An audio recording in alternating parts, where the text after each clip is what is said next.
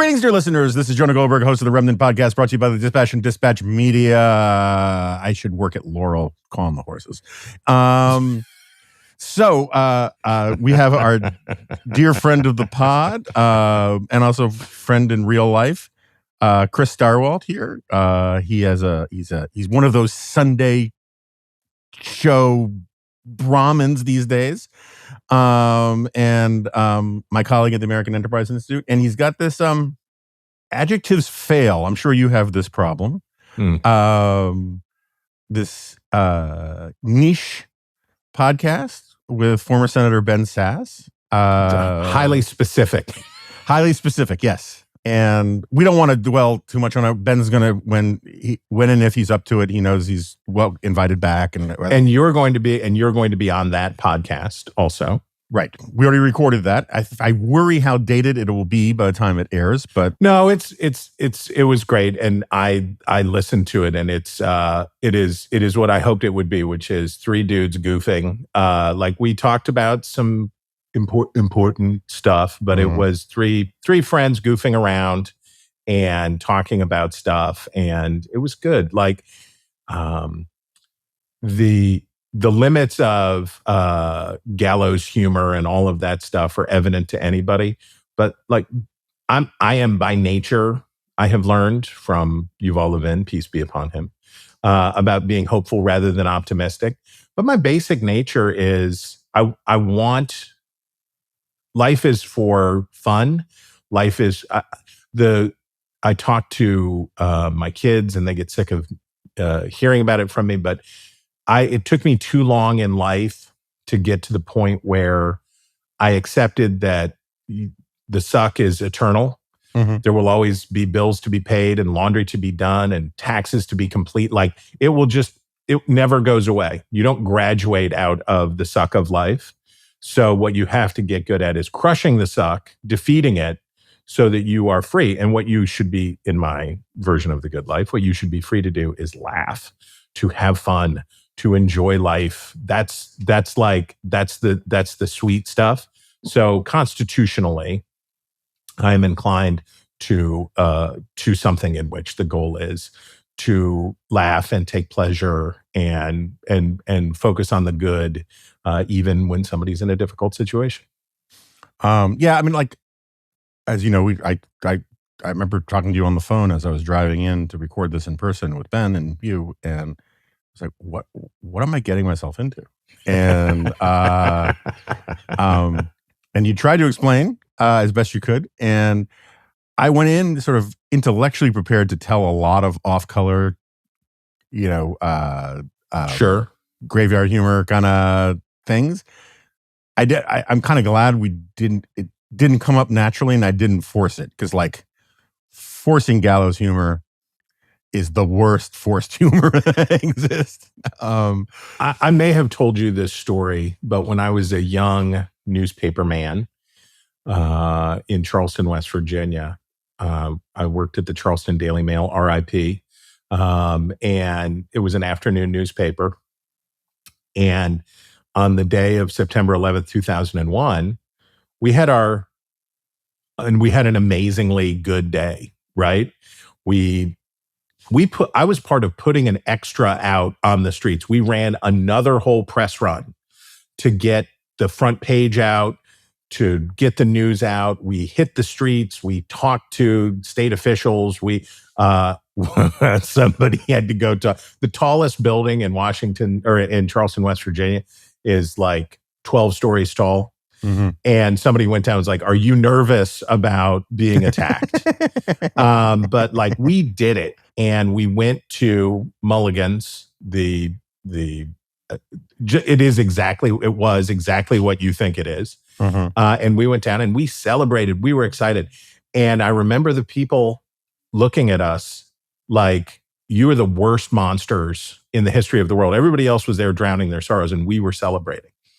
And eventually the bartender had to come over and say, "Hey, stop it. You're the worst." And that for me is like what the newsman's, the news person's, the newswoman's way of being is like, we're all going to die. everything is ruined from ashes to ashes and dust to dust. And we want to be part of the story, and we want to do this stuff. So I've known for a long time that I was wired differently than normal and good people. So it's funny you bring this up. So remember, I think he teaches law somewhere. Jedediah Purdy. Oh yeah, I forgot about that guy. He was supposed to be like the left's next, great intellectual. He was proto-Vance. He was a proto-Vance. In some ways, yes. Yeah, I'm curious what his political views. I mean, I think he moved pretty left. Anyway, I don't mean to heap scorn on the dude, but he wrote a book condemning the late 1990s American culture as too ironic, right? Yep. And it was a none too thinly veiled slap at like Seinfeld culture and sarcasm, and why can't we believe in earnest things anymore? And my wife and I actually got into a big fight about it because I was very pro-irony. I know you find this shocking. And ask me who invented irony. Oh, I did. And what was interesting was the best critical reviews of it. I mean, David Brooks had one. There was somebody else pointed out that, like, I think it was David Brooks in his review. He was saying, the most deeply sardonic, ironic, sarcastic, gallows humory people in the world are like the Chicago cops that he covered when he was young. And they're also the people who run into burning buildings to save little kids and do all sorts of extremely earnest, decent things. Yeah. And the irony stuff is the coping mechanism, you know, but like, and I think that people lose some of that when they get on a soapbox about people being, culture of complaint and too sarcastic and whatnot. Jedediah Purdy is from West Virginia, and he popped nationally right as I was starting out as a reporter. So I looked it up. So it was 1999. Uh-huh. And he was like the hillbilly in the mist. He was the soothsayer of the white rural Appalachian mind. Sort of the James Tallarico of the intellectual set. Yes. And he was homeschooled, and he was from Chloe, West Virginia, coal camp town. And he went to Phillips Exeter and Harvard and all of this stuff. And I'm sure he is very impressed. I take nothing away from his erudition or any of that stuff. But it was timed perfectly so that after 9/11, people were like, irony is the problem. And I guess I am, as in most things, I want to have it both ways, in the sense that, yes, it is true that irony that is cruel, I guess maybe the cop out for me is the problem is the cruelty, and the problem is the cynicism.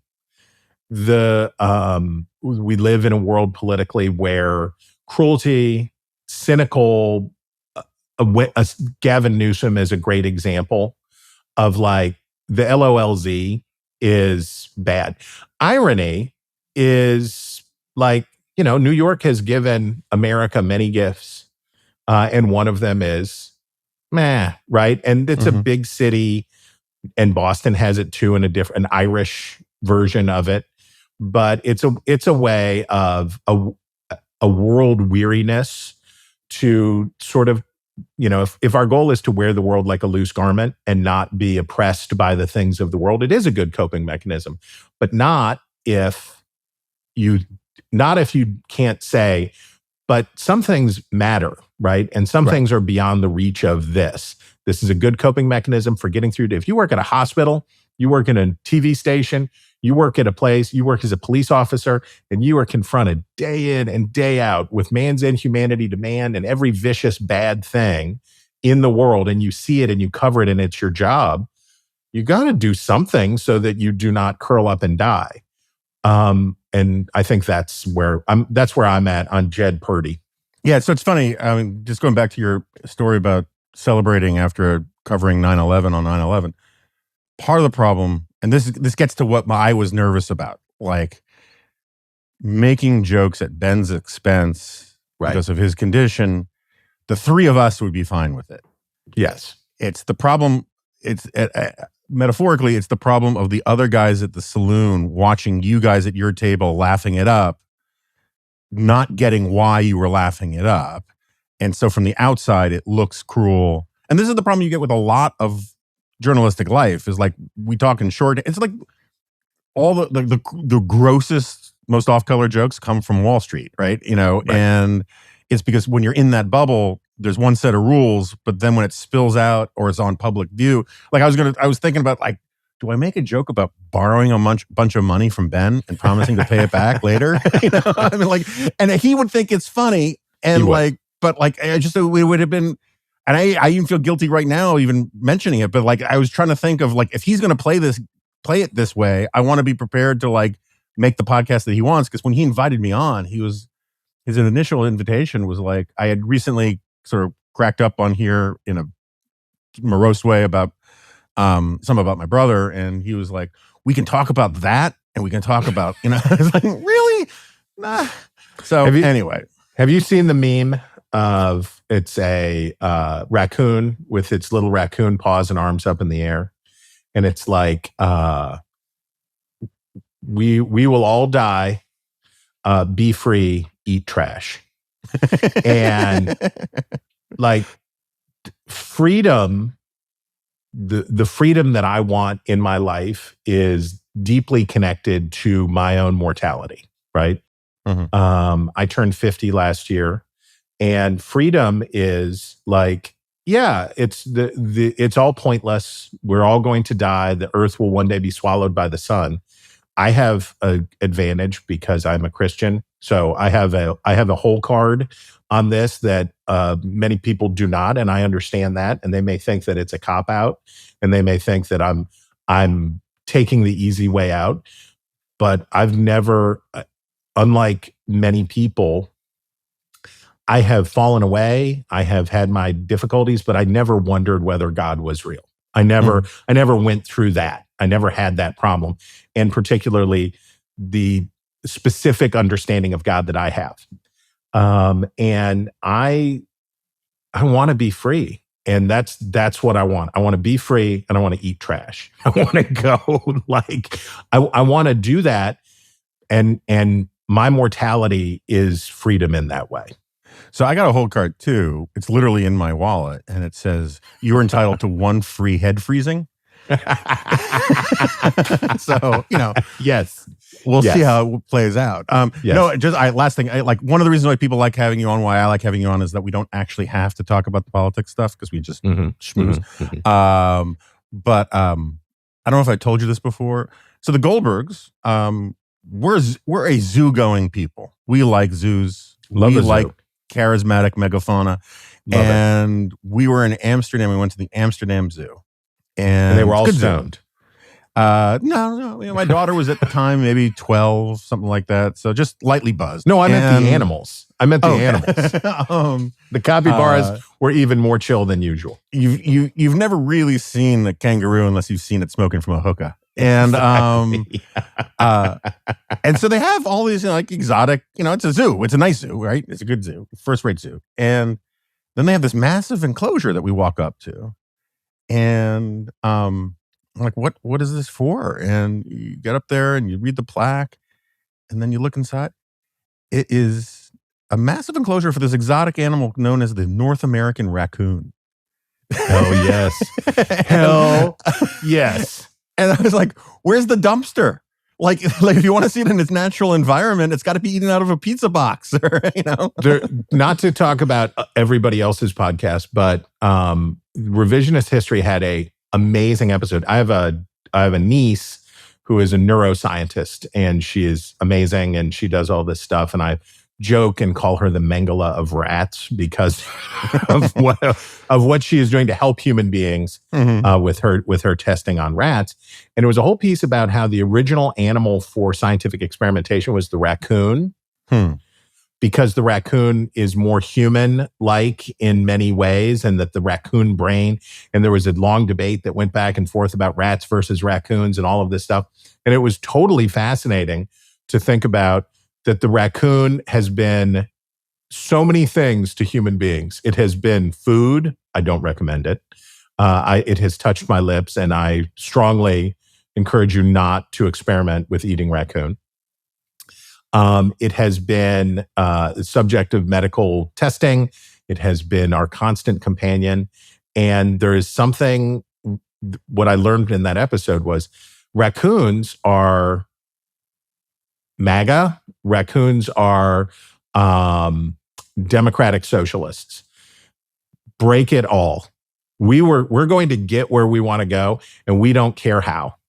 Right. And the reason that they ultimately abandoned raccoons as a subject of neurological testing is that the way that raccoons ultimately succeed is by being utterly chaotic, right? Rats will learn like human beings will learn. They will like figure it like, okay, if the Skinner box, if I push the lever, I'll get this pellet, and I did it. Raccoons are like, tear it down. I will rip we will sacrifice our bodies. We will do anything that we can, but we're getting in that trash can. We're getting in there, and they're too disordered to be valuable testing subjects because they don't learn, they just act. Now I got to do a raccoon episode. It's totally fascinating. All right. I was going to start by talking to you about this TV show that my wife and I have been watching called Ponies. Highly recommend. Well, I call my wife Pony. And so I don't know if I want to go there. Is it flattering about ponies? It has actually nothing to do with ponies. It is, Pony is an acronym, jeepers, for person not of interest working at the Soviet embassy. And it's set in 1977, this thing. Wow. And soundtrack is really great. It's funny, but not wacky comedy. And one of the things I really appreciate, first of all, I just think it's really pretty well done, and it was a total surprise. So maybe it's because my expectations were low. But also, I appreciate when we get these nostalgic throwback TV shows like The Americans and now this thing, Pony, that the premise is that the Soviet Union actually really was very bad. Yeah. And did bad things. And anyway, it's interesting. I told Pod he had to watch it. So I'm gonna wait for the Pod review. I need to double source this. I understand. Second opinion matters. I get it. Second opinion matters. I will wait for the March glop. All right. So we're recording this Tuesday morning, March 10th. There was just another update from Pete Hegseth, who I referred to on CNN yesterday as Chesty McBroseph. So I know I'm going to get grief for that. And it occurred to me later that I probably inverted it. It should be Broseph McChesty. Broseph McChesty, but it was on the fly. So both are solid. I don't want to get too deep in this because I literally think the war could be over before this podcast is over. This is what I'm saying. This is what I wrote about for today. Yeah. Everybody's like, well, it's this and it's that. And it's like, guys, it's day 10. Yeah. And Donald Trump can declare victory anytime he wants because they never said what the objective was. So they can reverse engineer. I mean, they've said 50 objectives. They've said all of the objectives. Yeah, they've stated every possible objective. So at any moment, Donald Trump can say, Donald Trump can watch the stock market. He can watch energy prices. He can watch the polls. And at whatever point, the mission to create a new Middle East can turn into, we did what we came to do. The argument between the shorthand understanding of what happened with Iraq was that there was a more realistic argument that Donald Rumsfeld and others put forward. Light footprint, more like Afghanistan, right? Mm-hmm. Light footprint, take out this guy, put the next guy in, and if the next guy is a problem, we'll take him out too, and we'll put the next guy in, as opposed to what came to be called the forward strategy of freedom and all of that stuff. And I know that that's an unfair description of the points of view, but that's like the received conflict. And what I observe the Trump administration doing is saying, and I listened to the president yesterday talk about this, and it's like, I'm going to do a Venezuela. We're just going to go in, we're going to take out this guy, and then we'll put the next guy in. And we don't care. We don't care if they're good. We don't care if they're aspirationally moving in the right direction. We're just, it's that America first is not America as the center of the world, but America first as in whatever our narrow definition of our interests are at any moment, we will act on that and we will do it. And the rest of you can go pound sand. So, don't disagree with any of that. A couple observations, and I'll let you. I'll lay the cheese board in front of you, and you may grab at what you wish. So, but I'll leave the rind on some of the pieces, so you have to deal with that as you see fit. So, first of all, on the Venezuela model, one of the things that bothers me, as you know, I don't actually like doing media criticism anymore. Amen. But it just, every time I try to get out, they pull me back in. I am stunned how many times Trump has said, well, we're looking to do something like the Venezuela model. And no one has done up until like the last 24 hours, no one did the follow-up question. So does that mean we're doing this to take the oil? Because that was the big reveal of the Venezuela thing, was to vindicate Trump's thing about taking oil from countries we beat militarily. Right. And I find that utterly bizarre. Having someone who spent the first few years of the Iraq War defending the Bush administration against the charge that it was a war for oil. Not blood for oil. And like now we do wars for oil, and yet no one wanted to ask whether this was the second one in a row. And I just think that's strange. Second, my problem with people say he hasn't explained why we're doing the war. I don't think that's true. I think he's offered all possible explanations at once, right? Yep. And the problem with that is that some of those explanations are mutually contradictory. Yes. And I will be pretty pissed. I mean, like legitimately pissed. Not about the military operation, but if we end up declaring victory because we put in just simply a younger Ayatollah or a Nepola, as someone was calling him, left the regime in place, then this is not a war for liberation of the Iranian people, right? No. All we've done is like really piss off the regime, make the Iranian Republican Guard more powerful and the Ayatollah is less powerful, but like that's a small distinction for the Iranian people, and told them to go suck it. And like that's bad. I mean, I think that like you can argue with me about morality and foreign policy, but you can't say we're coming to the rescue and then not rescue them and just say, oh, we're going to put a different prison guard in charge. And if you say it's up to you, you got to do it, and then say we're going to arm the Kurds. Well, we don't really like that. We like this. We like that. Donald Trump's gift for keeping every option open. Watching him on this the Tomahawk thing. Mm-hmm. A lot of people have Tomahawks. I don't know. Maybe it was Iran, or maybe Iran had Tomahawks. Pete Hegseth standing behind the president on the plane over the weekend when it was like, who killed these children? What blew up this school? Hegseth wouldn't go with Trump. He had he used a non sequitur. He did the very Washington, like he answered the question that he wanted to answer, not the question he was asked. Like only the Iranians target civilians. Yeah, nobody asked you if you were targeting civilians. The question is, did the United States accidentally bomb this school? Which bad things happen in war. And I don't think there was any accusation. I've not heard any person say that it would have been intentional. And the president won't let it go.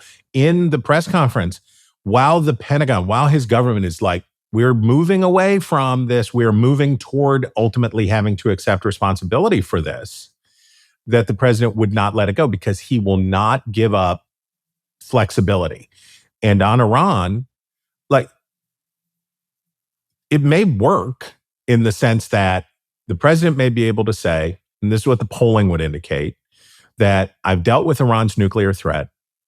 I have destroyed Iran's ballistic missile program, and I have ruined their navy, and I have crippled Iran.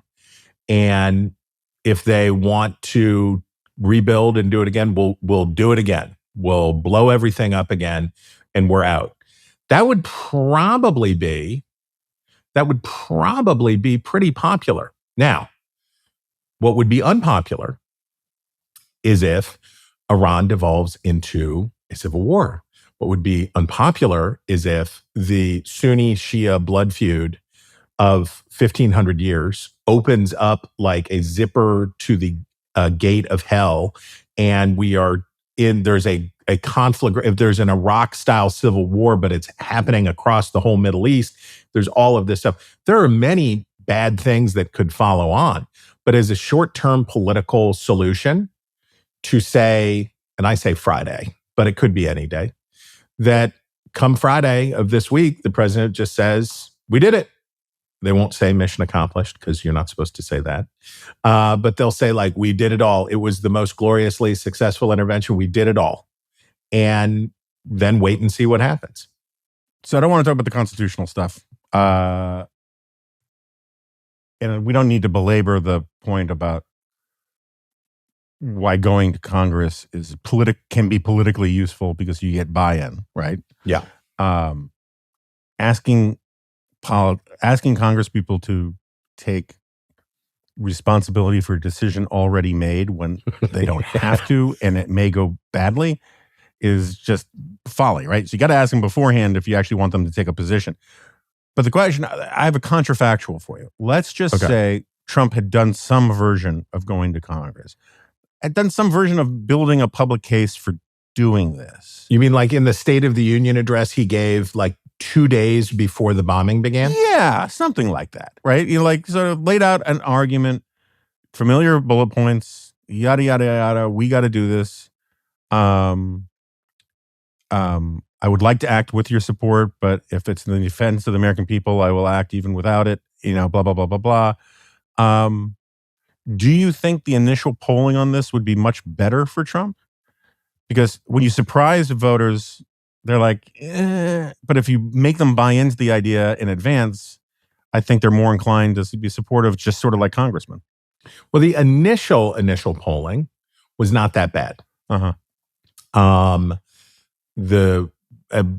happenstancically, Fox News, the bipartisan pollsters at Fox News happened to be in the field that weekend doing their regular polling work, and they happened to catch the day of the attacks and the 2 days subsequent in their survey. And guess what we got? 50-50, right? Now, almost every Democrat was opposed. Almost every Republican was in favor. It was like 87% of Democrats opposed and like 86 or 84% of Republicans in favor. Now, that 16% of Republicans who were opposed is politically material and is significant, right? Based on who those people are, which we can talk about who those people are and the making of a new J.D. Vance, America First asterisk, whatever. Like there are both long-term policy and political consequences to the fact that in a snap question, it's only just begun. We don't know where it's going to go. That 16% of Republicans said, I don't like it. That's significant. But basically, the Republicans and Democrats canceled themselves out. Independents did not like it, right? It was like 60-40 anti among independents. And again, this is significant because this is before we knew anything, right? This is, we're blowing stuff up. We did not know anything about what was going on. The president, and by the way, can somebody take the ball caps away from the president? Yeah. Can somebody take them away? When you are addressing the nation about starting a war that will kill people, including some of our people, take your ball cap off. When you are at the dignified transfer of the remains of people who died in the war, take your ball cap off. Donald Trump, there's a lot of coverage this week about Donald Trump and shoes and how he likes to guess the size of people's feet. Quentin Tarantino, call your office. He likes to guess the size of people's feet, and then he gives them shoes. He gives them Florsheim shoes, which, no hate to Florsheim come on, you're a billionaire. We're not doing floor show. Can we go to Allen Edmonds, at least to Johnson and Murphy? I actually kind of find it's one of the most endearing things about Trump so far for me. Yeah. It's this old man's idea of what a great brand is. Yes. You know, it's an Oldsmobile. He's giving away the Oldsmobile of shoes. Yeah. Like NR used to promote, and no offense to NR, love NR. When we did the cruises, we would offer H. Upmann cigars, which were John F. Kennedy's favorite brand of cigars. They're It's been a while. It's a mid-market cigar at best these days, but it's a nostalgic thing. Anyway, go on. Yes. I'm sorry. And I also agree with Donald Trump on wear grown-up shoes. I have many cranky opinions, but one of them is we do not wear light brown. You could wear an oxblood, you could wear cordovan, you could wear whatever. If you're wearing a blue suit, do not wear light brown shoes. That is not what you wear with those things. And also, if you have tennis shoe soles on your dress shoes, you are not wearing dress shoes. Pete Hegseth wears these like frat boy loafers with suits. Mm-hmm. Wear black shoes. You're wearing a blue suit. You wear black shoes with black soles. So I agree with the president that put on some adult shoes. It's time for you to wear hard-soled shoes and be a grown-up. You wearing soft this is not the time. You're in a big job. You're wearing a grown-up suit. Get real. So I'm with him on that.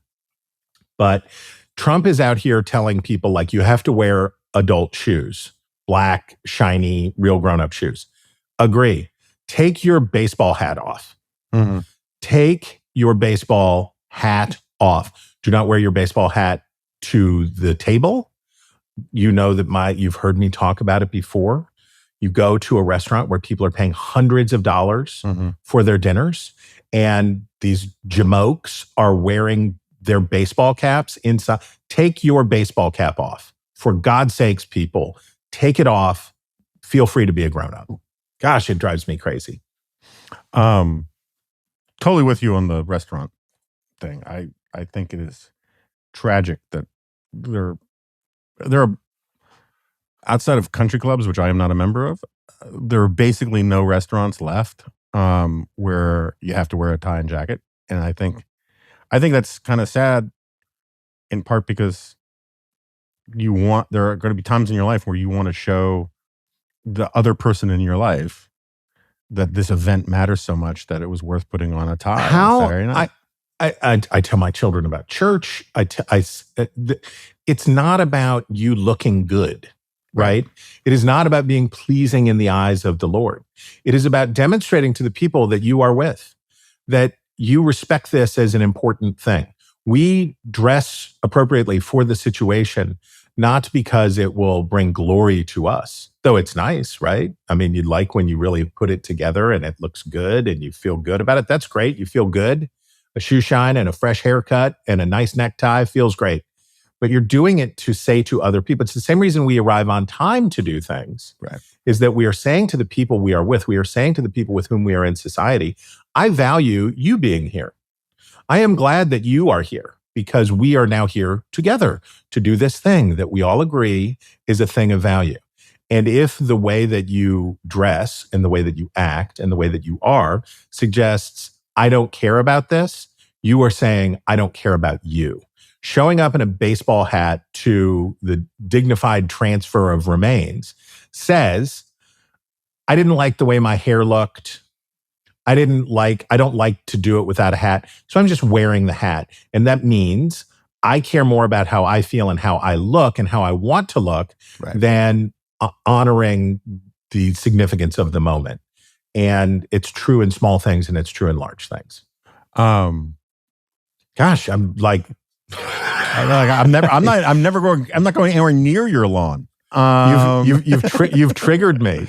Next, I will talk about old men wearing dungarees, and then you'll lose every listener. Well, because this is a special occasion, I wore a T-shirt that I just know in my bones, you were jealous of. What does it say? Samoans for Bloomberg. That's elite. That's elite. It's the one, for listeners who don't get the joke, Bloomberg spent $500 million and only got a delegate from American Samoa. But what a delegate. What a delegate. Best delegate. But what a delegate. All right. Let's just, we've been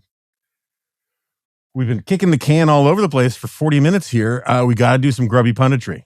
Talk to me about Texas. As of this recording, Donald Trump has not made an endorsement in the Texas Senate race. And he's had other things going on, but he's still talking. By the way, I know this isn't the question, but it is material to the question. Ken Paxton, the Attorney General of Texas, says, maybe I'll drop out of the race if you destroy the legislative filibuster in the Senate to pass the SAVE Act. Or as the president made clear, it's not the SAVE Act, it's the Save America Act. Mm-hmm. And maybe I'll drop out if you do that, trying to pin John Cornyn down and make him sweat.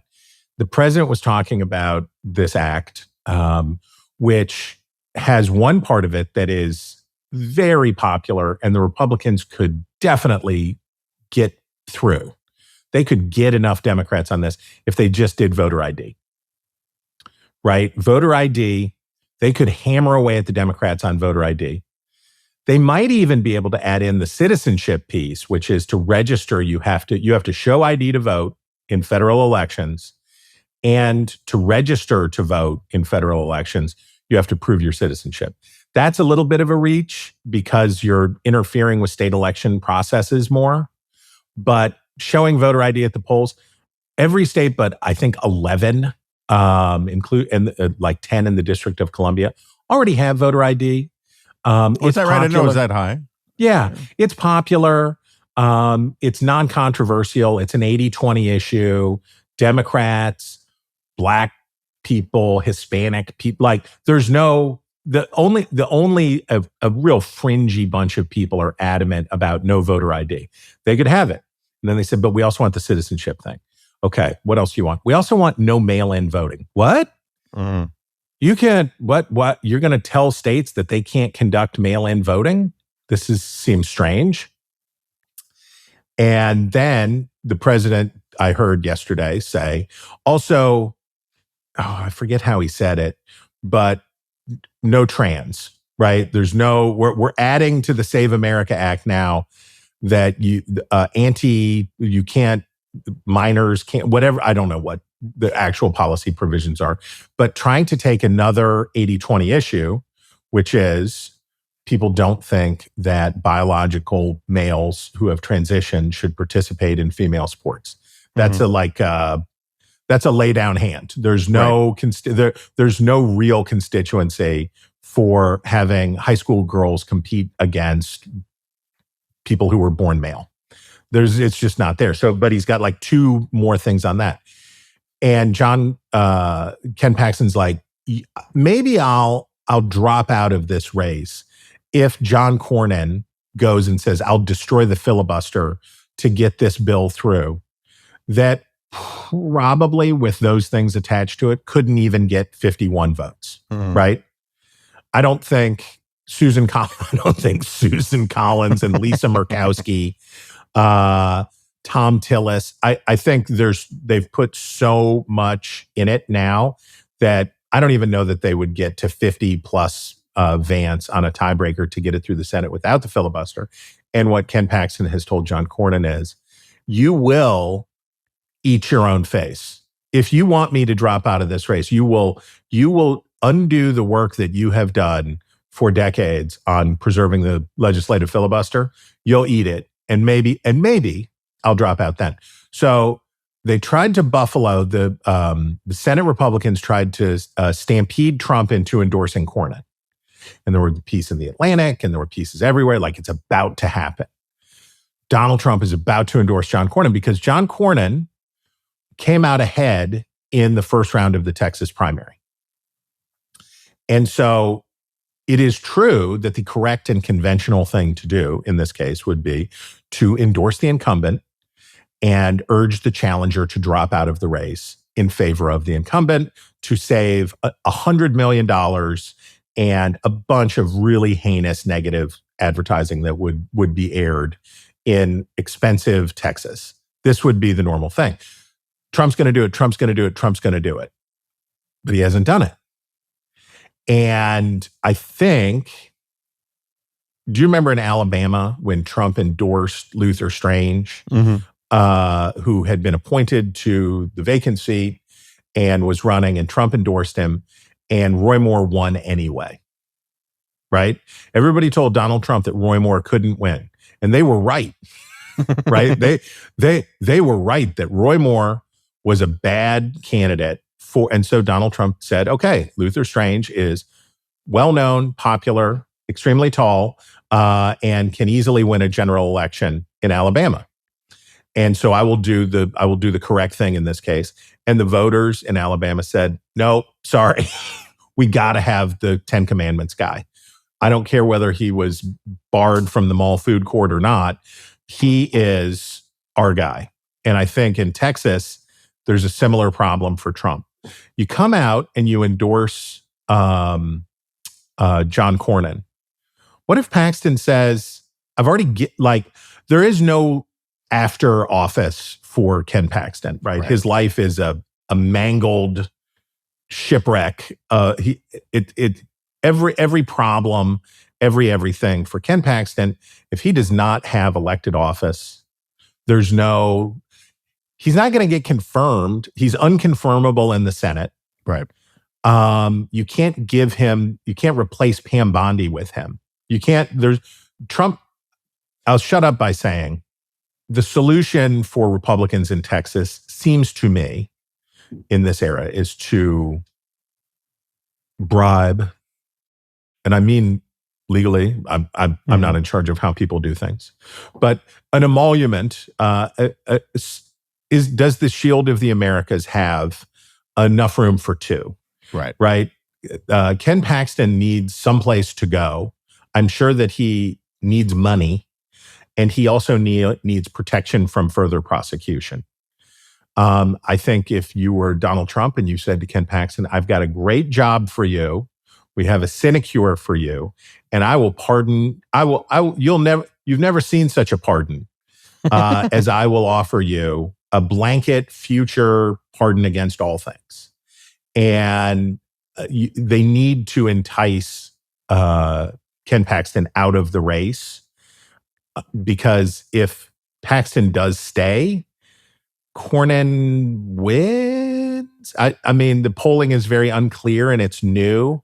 Cornyn wins. He did better than many people expected. Cornyn wins, but maybe he doesn't. And the possibility that Paxton might win, or the possibility that Paxton could raise $50 million to light John Cornyn on fire for the remainder of the time. These are open things. So that's the predicament that the president finds himself in. And if he waits it out and says, well, we'll just see what happens, James Tallarico is not likely to win in Texas, but boy, you'd have to say he's got a chance. Boy, you'd have to say especially if somehow Paxton came through.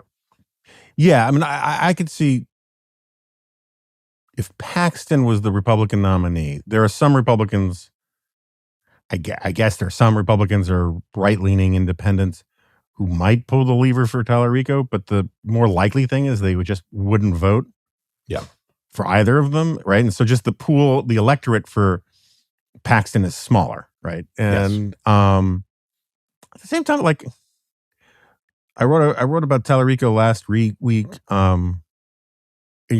Just in case listeners or our esteemed guests didn't see it, part of my argument was that the Democrats have this history of what I call Johnny Bravo candidates. Johnny Bravo was the persona that Greg Brady was offered to assume for his solo music career in the Brady Bunch. I had forgotten that. And he was asked, and it turns out the only reason that they wanted him was because he fit the Matador suit for Johnny Bravo.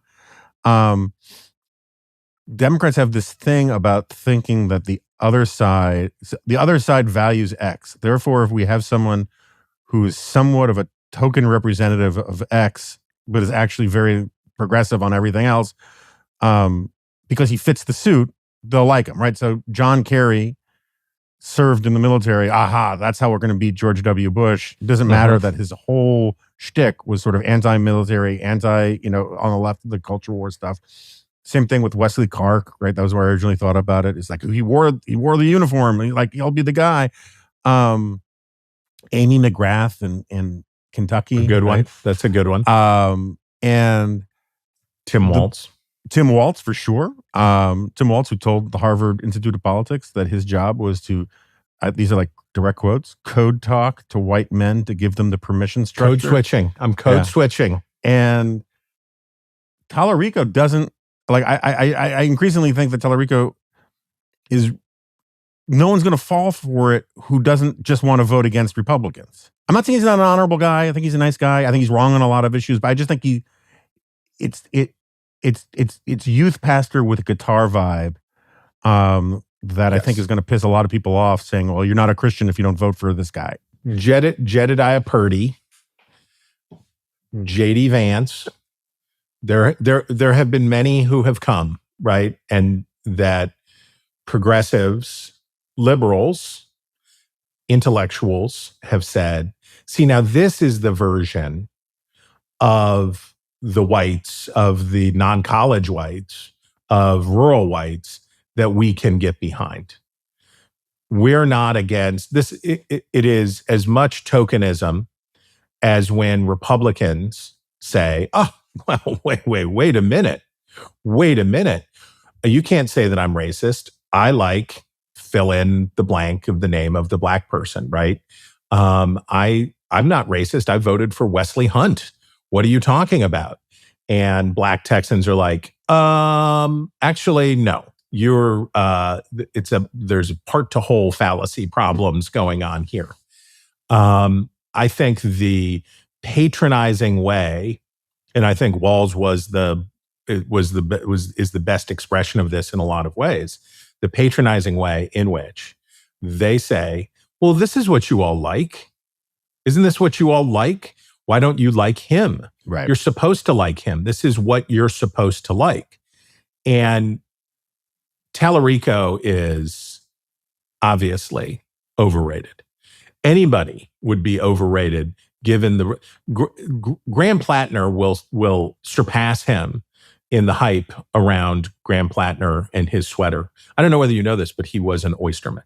Mm-hmm. I don't know whether you've heard that Graham Plattner is an oysterman. No, the hype. No human politician could live up to the hype of James Tallarico.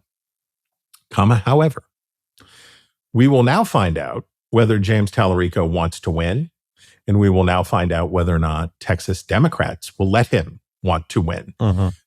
Texas Democrats acted rationally and chose the better general election candidate. Texas Republicans did too, just not by a wide enough margin to put the most electable candidate in the general election. But what we saw in Texas among the Democrats was strategic voting, including among, and if you look at the returns in where there is a large black population, Jasmine Crockett got her number, but she didn't do, it wasn't it was not the ethnic schism that it might have been.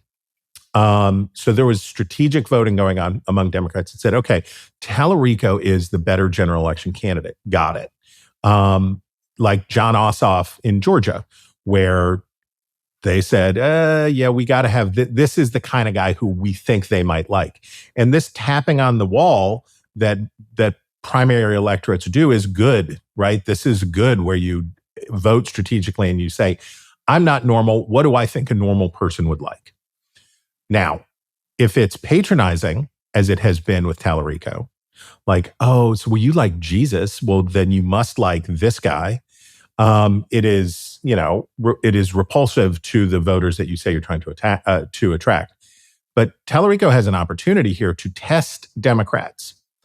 And the way that he will have to test them if he wants to be a viable candidate. And I don't know that he's really a viable candidate if Cornyn swiftly moves to lock the ultimate nomination up. Right. I don't know that it matters. But the question for James Tallarico is, and what issues are you willing to moderate in a sacrificial way? Right. On what issue are you willing to say, and it's not about that issue specifically. It is about saying to your own party, and I'm not going to make the 90s reference that you and I are both thinking about right now. By the way, speaking of Bill Clinton, did you see Bill Clinton flirting with Nancy Mace? I did not. I saw him you got going down memory lane with the Epstein pictures, but I didn't see the Nancy Mace thing. He's like, you're like the old Bubba, the emergent, like, I was like, oh yeah, you two people in a different life definitely would have been in Congress.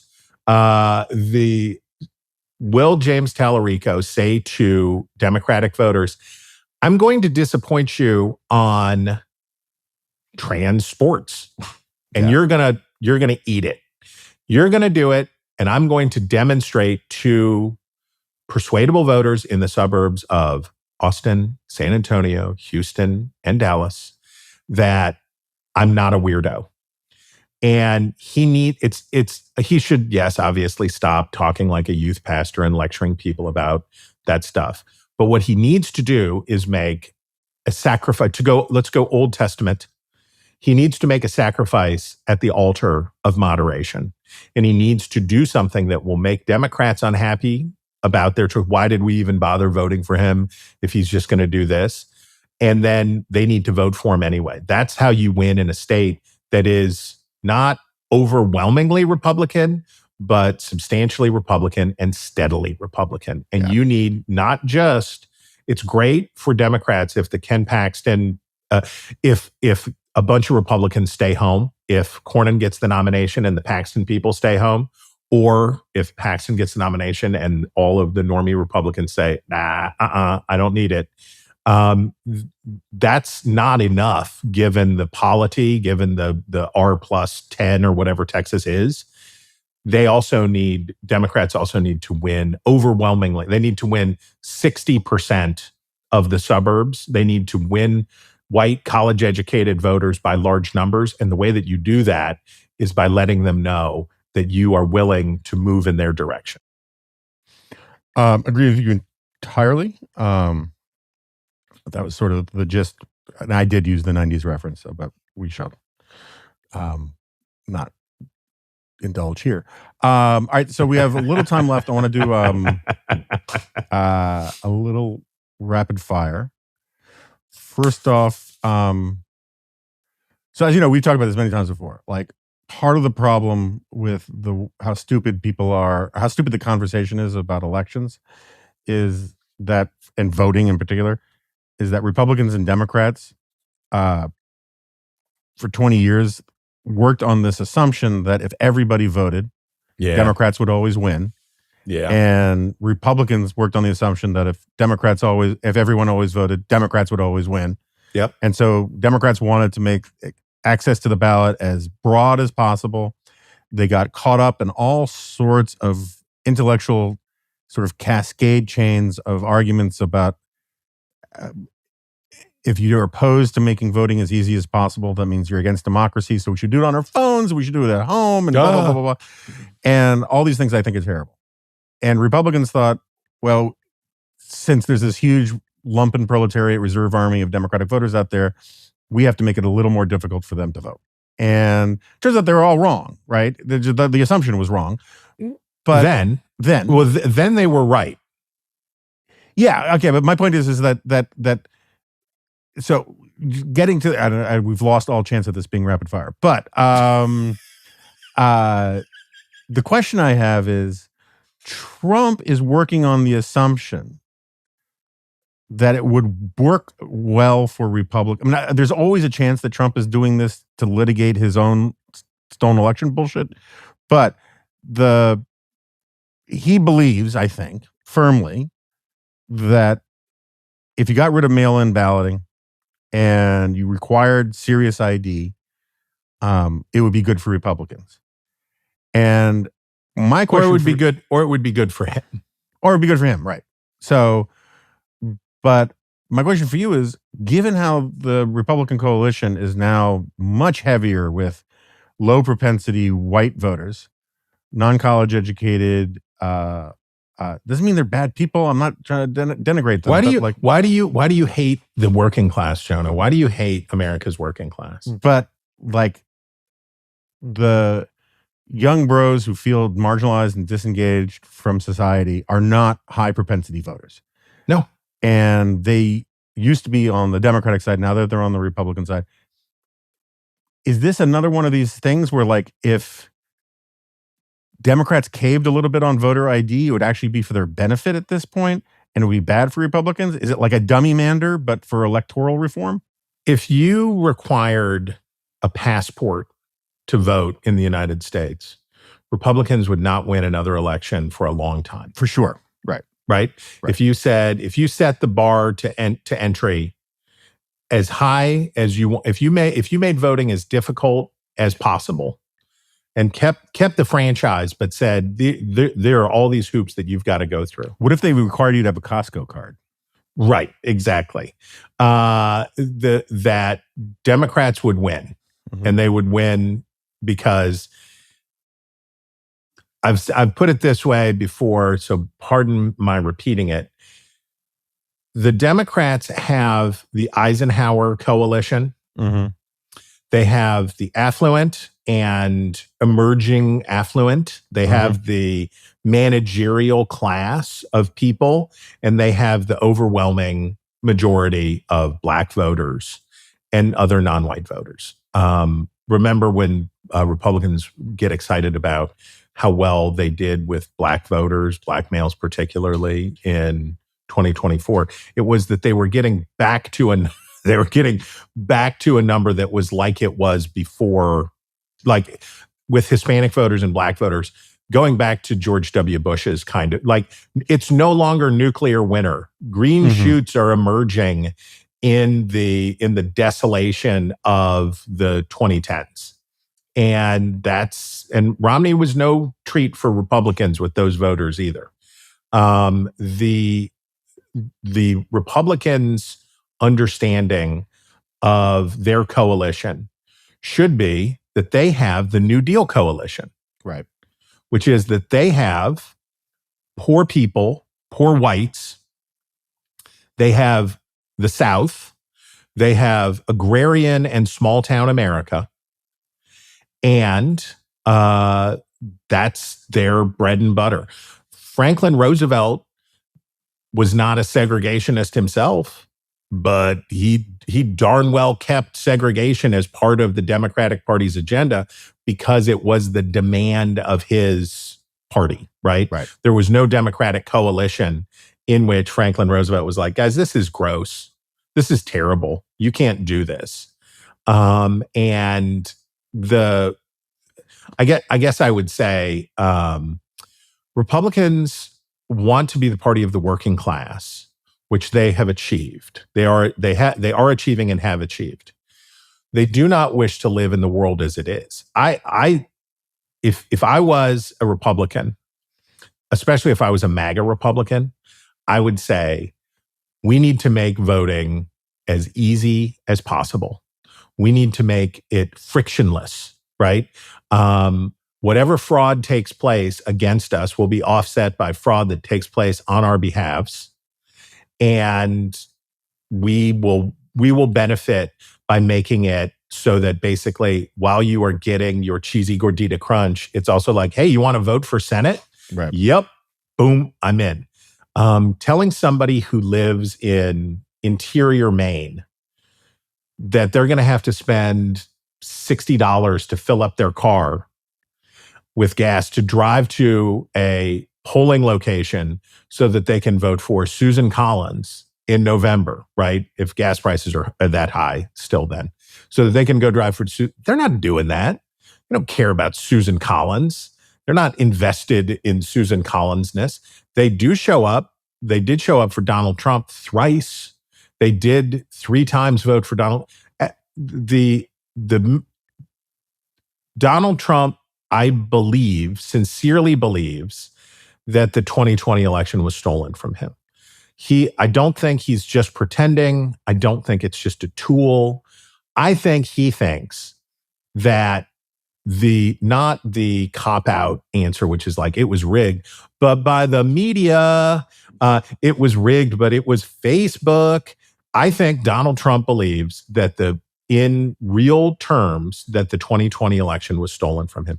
He's taking the results of Arizona's totally cockamamie Senate audit that even the Republican Arizona Senate could not come up with. When they dumped all the ballots out at a racetrack at a fairgrounds to try to make the case for how it was stolen, they couldn't come up with it. And now the FBI has taken the results of that and they're going to do whatever they're going to do. I think he thinks it's true. Mm-hmm. And I think he believes that he is very, very, very popular and that all that has to happen is that they have to stop the cheating, and that it will, the only way Donald Trump can lose, I think he believes, is if the other side cheats, because his worldview, whether it is about Iran or whether it is about anything else, never admits the possibility that I was wrong, or I was unpopular, or I made a mistake, or I did a stupid thing. It's never possible for that to be true. We're just on to the next victory. We go from victory to victory to victory without ever saying, guys, I think we blew it on that. I really think we blew it on that. And I think that is why Republicans are stuck with this obsession over elections. Now, really defeating your lightning round wishes, I will further say, what happens with this administration, with the Department of Homeland Security, with the Justice Department, with Republican governors and state officials around the country, as it relates to this election, is a very open question for me. What interference will the government engage in how the ballots are cast and counted? Will Kash Patel be showing up at polling places in contested Senate races and seizing ballot boxes and interfering with the count? Democrats if I was a Democrat, I would be spending a lot of money and a lot of time on what do we do when, not if, what do we do when Pam Bondi and Kash Patel parachute into Michigan Senate race and start seizing ballots before they're counted. I think that's a very real possibility. I just said to clarify, because I was I liked your point, if required a passport, Democrats would always win, because just as a die marker of Democrats are more likely to have a passport than Republicans are. Yeah, it's rich people. But then I said, what if they required a Costco card? And you said Democrats would win. And I don't know if you misspoke or you misheard me. Does Costco skew that much Democrat, do you think? I would just view it as an income test, basically. Republicans would do better in a Costco. It would be a more balanced electorate if it was Costco cards. But Tractor Supply. Well, Tractor Supply membership, Republicans win forever, right? Yeah, the old Republicans would win. The current Republicans would win. Those are their people, gentlemen farmers to the yeomanry to the field hand. Is they would do great at Tractor Supply or Quality Farm and Fleet, depending on your region of the nation. But Costco, I don't know. I would guess that probably looks like the suburbs, and what the suburbs look like is a split with a slight Democratic lean. Okay, so what about Walmart? That's interesting. I don't know how total sales I would be. Now that's data I would love. That's electoral data I would love to have. So if anybody wants to steal it from Walmart and send it my way, please do. Be very interested to know, of Walmart's shoppers, what are the demos? Male versus female, white versus non-white, Hispanic versus Black. I don't know how the competition with Amazon has affected Walmart. I don't know how all that goes. That is by the way, it's funny to me to think about how we were talking about Jed Purdy in 1999. The arc of what Walmart is politically, who and the arc to now Walmart is. We have people like, well, what's going to happen to Walmart because of Amazon? If you live long enough, you get to see every argument turned on its head. There was really great data for, I want to say 2016 or 2020, about correlates of how far a voter lived from a Tractor Supply, versus a Whole Foods, and how that aligned with their voting. And it's sort of fun and games data stuff, but it seemed pretty dispositive in some cases. Sales of generic cigarettes. My favorite was Trump 2016 performance correlated to localized sales of generic cigarettes. But it doesn't mean that Trump voters smoke generic cigarettes. Right. It means that a beef that I have, and you've heard me beef about many times, which is a lot of the things that people say are talking about race are just talking about income. Mm-hmm. A lot of things. And by the way, the reason we talk about college versus non-college is because income is not a useful comparison, because $200,000 in Tahlequah, Oklahoma is very different from $200,000 in Arlington, Virginia. Right. So if we just sort voters on the basis of income, we can't control for all of that. We use college because it's very imperfect, right? Some of the most successful people, the richest people I know, never finished college or even went to college. And I know a lot of people with graduate degrees who are a drain on their families and society. Who know how to make a fantastic pour over at Starbucks. Exactly. But if only they could get along with their manager, they would have stayed in the job. I know all of the exceptions, but just for us is a rough way to say managerial class versus working class. College degree is a useful thing for sorting on income. And that's all that does. Yeah, I mean, just because it's in the news, we're not going to talk about Kristi Noem. But Markwayne Mullin does not have a bachelor's degree. And some people report that like with some shade to it. But the thing is, like, at least mostly my reading of his Wikipedia page, but from the deep research. Well, no, like they basically announced it right before I had to do a CNN hit. And I was like, Markwayne Mullin, really? Like, and I looked up and I didn't realize he was one of the only Native Americans. He's the first Native American tribal member since Ben Nighthorse Campbell. But he dropped out of college when his dad got sick to take over the family plumbing business, and apparently turned it around into a multi-million-dollar company. It's like the college thing would put him on one side, but income would put him on the other side. And it's just that, and like multi-million-dollar company in Oklahoma is, if $200,000 means something in Oklahoma. If you have a net worth of $45 or $50 million in Oklahoma, yeah, you're there, baby. No good thing in life is out of your reach. And Markwayne Mullin, by the way, went back and finished his associate's degree after the fact. He also became a political entity in Oklahoma by having a call-in radio show on home repair. Right. Which is awesome. And so the thing for Mullin, and I know you don't want to really do this, but I will just say the thing for Mullin is he did the same kind of stuff that Kevin McCarthy and others did about the 2020 election, which is support a thing that will fail, and that way you get to have your cake and eat it too. The election will be certified, but you made a bunch of noise about it. But Markwayne Mullin, I've talked to a lot of senators, including some Democrats, who are like, yeah, I can deal with this guy. I can, he tells he's honest. He's whatever. And I think very significantly about Markwayne Mullin, you remember when he threatened, he was taking off his wedding ring. Yeah, I love that. Yeah. He was going to beat the posterior of the president of the Teamsters. And he and that guy, what's his name? Teamsters boss. I can't remember. The guy who was friendly to Trump by 2024. Yeah. He and Markwayne Mullin are bros now, right?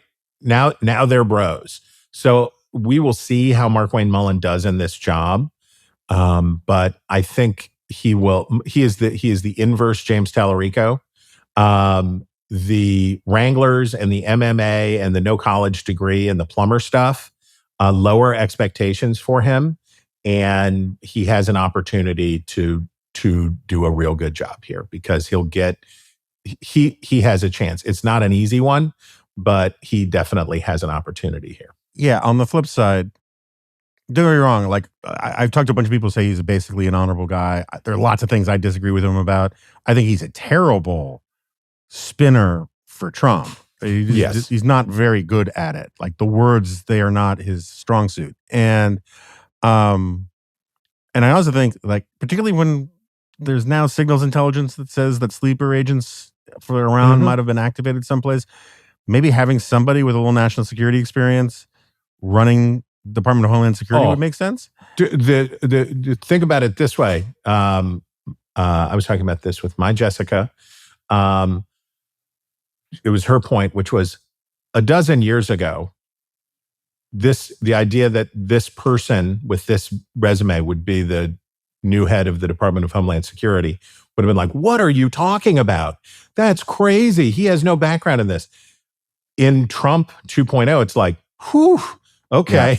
Yeah. Well, okay. At least you've got that one. So here, celebrating the soft bigotry of low expectations. It's also just, Charlie Cook was making this point last week. It's kind of sad that a first-term U.S. senator thinks it's a huge bump up to be have a cabinet position, and I mean, like Senate, being in the Senate used to be considered a pretty good gig and a pretty high prestige gig, and to think that being DHS secretary for 2.5 years is somehow like so much better is really kind of sad to me. I had Tom Cole on the Sunday show this week, and I asked him whether there was any possibility that he would get the short-term appointment for the Mullin seat.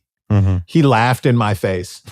He laughed. He said, if you think I would give up being the chairman of the House Appropriations Committee to be a 9-month senator, you are crazy. Yeah. And the fact that the Senate that people do not wish to be in the Senate speaks to the degradation. And it is our most small R Republican institution. Well, the Supreme Court is, I guess, but the Senate is the, if you'll pardon the word, the bulwark of the Republic. And the fact that everybody hates being in the Senate should tell us something about the health of the Republic. All right.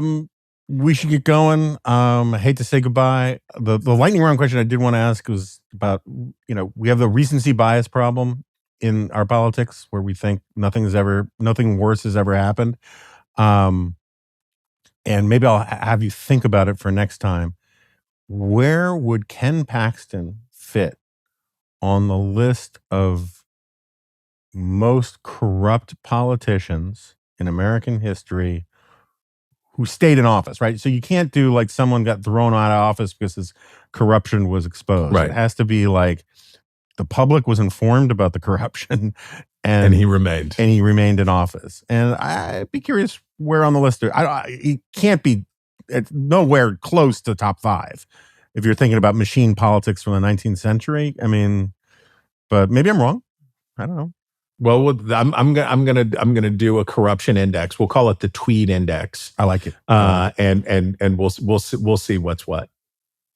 All right, my friend. Great to have you here, and obviously you'll be back. Heck yeah, I hope so. I should hope so. All right, so Brother Stirewalt has left the studio. We were supposed to do this yesterday, but he had double booked by accident, both us and a C-SPAN appearance, and apparently he just values C-SPAN more than us. I was very hurt. But and we didn't talk about it, but for listeners who are curious, Chris and I had this idea, maybe not the last episode he was on, but maybe the one before, about doing like a video series, like a show of him and I going to different cities in America and eating sandwiches and maybe talking to local politicians or historians or whatever, but mostly eating sandwiches. Like the historic sort of official sandwiches or unofficial sandwiches of various places. And mostly because of our love of sandwiches, we are making progress on this project. We've had discussions. Paper has moved. Calendars have been taken out. Nothing's official yet, but we are actively pursuing the idea of pursuing this idea, and I thought people should know, and we're very excited about it. And other than that, I know we didn't do as much rank punditry as we probably should have, but that's the problem with the life I have chosen, is there's always an opportunity for more rank punditry. So there'll be more rank punditry coming down the pike. And I leave tomorrow morning for our Dallas Energy event, and I'm excited about that and seeing my colleagues. And so I'll be doing the solo on the road, because then I'm going to a AEI thing. And that's all I got. I'm now very late for a nap. So I'm going to go do that. And I'll see you next time.